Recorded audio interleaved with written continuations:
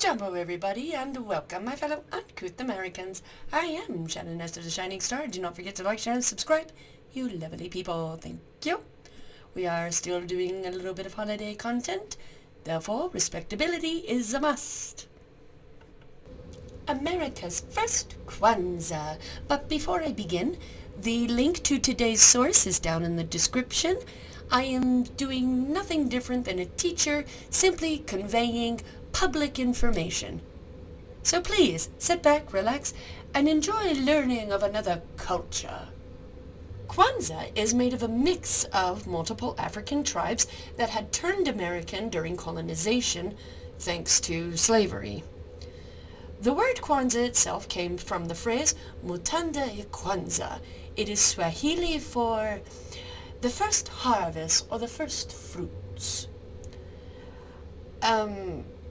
During the early slave trades, you got African and Central Americans, and their first Christmases of colonial America was pretty much waiting on the rich Christians hand and foot.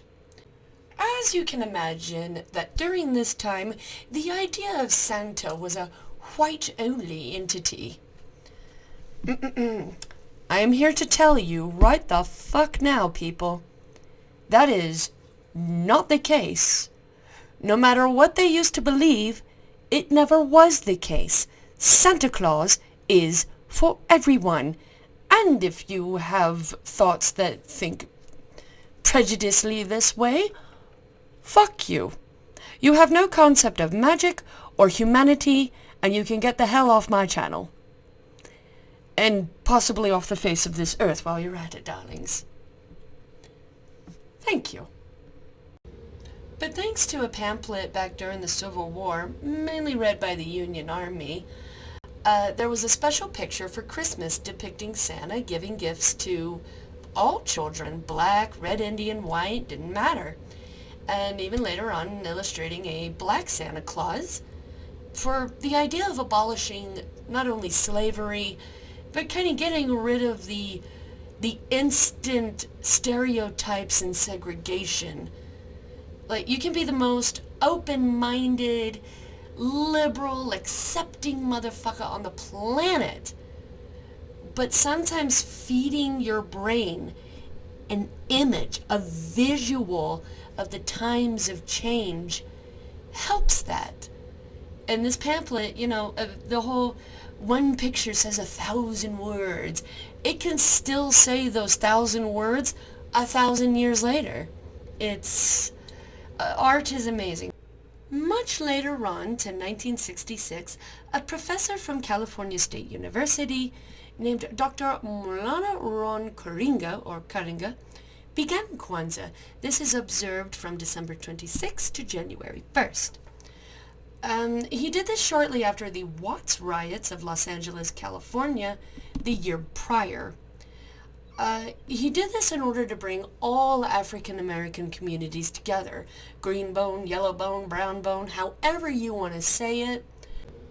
The traditional colors of this celebration is red, black, and green. Red for the sufferings and bloodshed of the peoples, black for the peoples themselves, and green for the hopeful and better future of the peoples.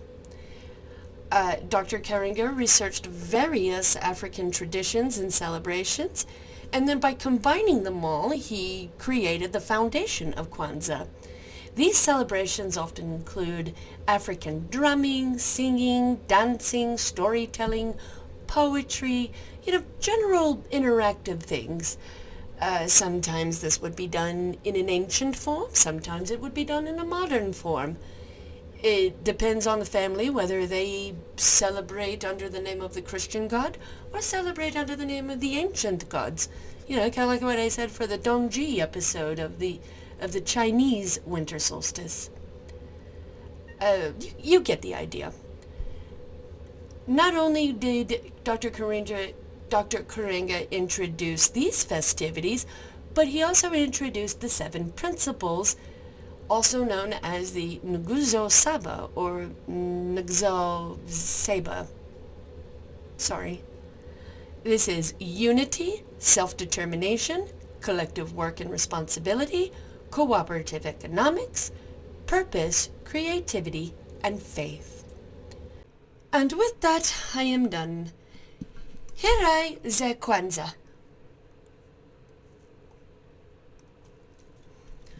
Coexist, love one another, enjoy the holiday season, have a happy new year. Forgive me as always if I mispronounced anything, missed anything important. Link, as I said earlier, is down below in the description. Do not forget to leave a story of your own Kwanzaa. Be respectful as always in those comments. Kwaheri.